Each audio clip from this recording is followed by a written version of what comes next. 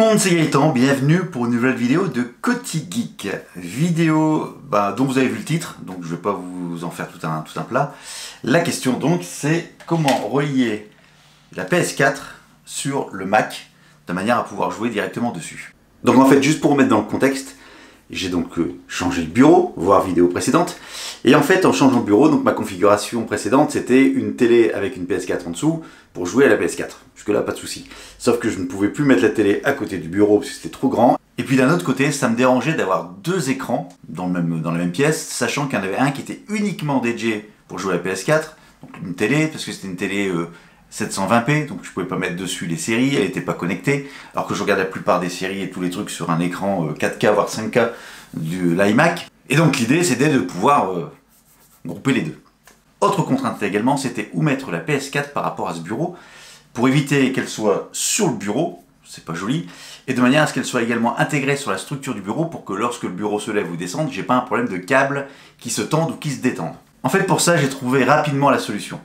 Dans les options proposées par Secretlab, il y a la possibilité de fixer un support pour poser une tour PC le long des pieds avec 4 vis qui viennent supporter ce support, qui viennent tenir ce support. Donc si ces 4 vis peuvent tenir le poids d'un PC, d'une tour PC ainsi qu'un support métallique, ils peuvent parfaitement soutenir une PS4 avec une structure en plastique. Donc je me suis amusé à dessiner l'objet en 3D qui allait servir de support pour cette PS4 avec l'emplacement des vis. Et j'ai imprimé ça en 3D tout simplement. Alors la pièce n'est pas magnifique, mais au moins ça fait le job. Résultat des courses, la PS4 est intégrée au support du bureau. Elle est assez discrète et en plus, elle est accessible si j'ai besoin de mettre des disques dedans pour les jeux qui ne seraient pas dématérialisés. Ça, c'est le premier point.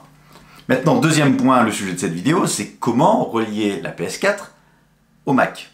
La problématique avec l'iMac, c'est qu'il a beau avoir un très bel écran 5K, il n'est pas doté de prise HDMI. Donc vous ne pouvez pas relier votre PS4 avec votre Mac directement.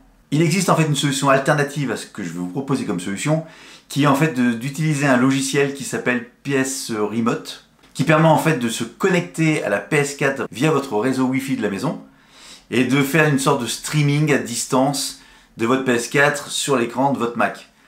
La problématique d'une part, c'est que ça lag, la définition est pas top, et puis à chaque fois que je l'utilise, ça plante une fois sur deux, donc c'est pas top du tout. Donc c'est très bien pour les petits jeux de dépannage, mais honnêtement, ça fait pas le job. Donc, la solution idéale, c'est donc de brancher directement, d'utiliser en fait l'écran de l'iMac comme un écran normal pour la PS4.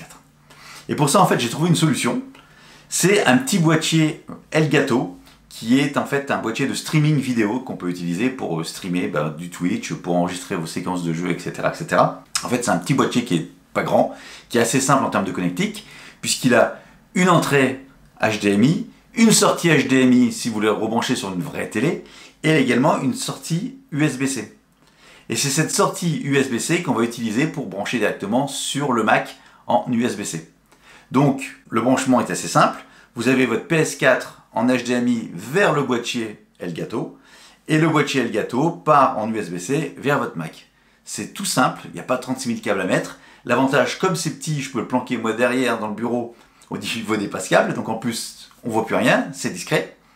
Donc après, au niveau du Mac, il y a juste installé une application gratuite qui s'appelle Game Capture HD, c'est en fait l'application d'Elgato, et donc cette application va permettre d'afficher le contenu vidéo récupéré sur le boîtier Elgato, donc en l'occurrence, ce qui va se passer sur votre PS4.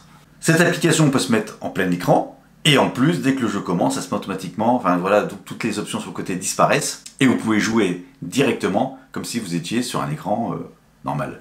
Il n'y a aucune latence en termes de réponse par rapport à la manette ou par rapport à l'affichage, le son remonte bien, et en plus, cerise sur le gâteau, et pas sur Elgato,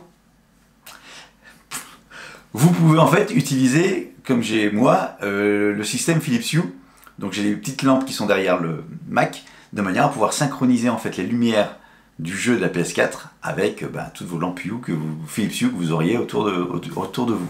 Alors ce boîtier, la référence exacte, c'est le Elgato HD60S+. Sur Amazon, on le trouve aux alentours de 200 €, selon la période de promo ou pas. Mais surtout, ce qui est intéressant, c'est que sur Amazon, il y en a énormément d'occasions sur le reconditionné d'Amazon, donc c'est ce que j'ai fait moi. On le tourne aux alentours de 150-160 €, j'en ai même trouvé à 130 € à un moment donné. Donc ne prenez pas du neuf si vous avez juste besoin de ça. Après, l'avantage d'Amazon également, c'est que vous pouvez tester. Si ça ne vous convient pas, vous pouvez la renvoyer comme d'habitude. Solution rapide, simple, onéreuse certes, mais au moins qui vous permet d'avoir en fait un système propre, directement intégré et sans prise de tête. C'est donc la solution que moi j'ai trouvée, mais si vous avez une solution alternative pour brancher une PS4 sur un iMac, ça m'intéresse, mettez-le dans les commentaires et à ce moment-là, on pourra échanger dessus. Salut!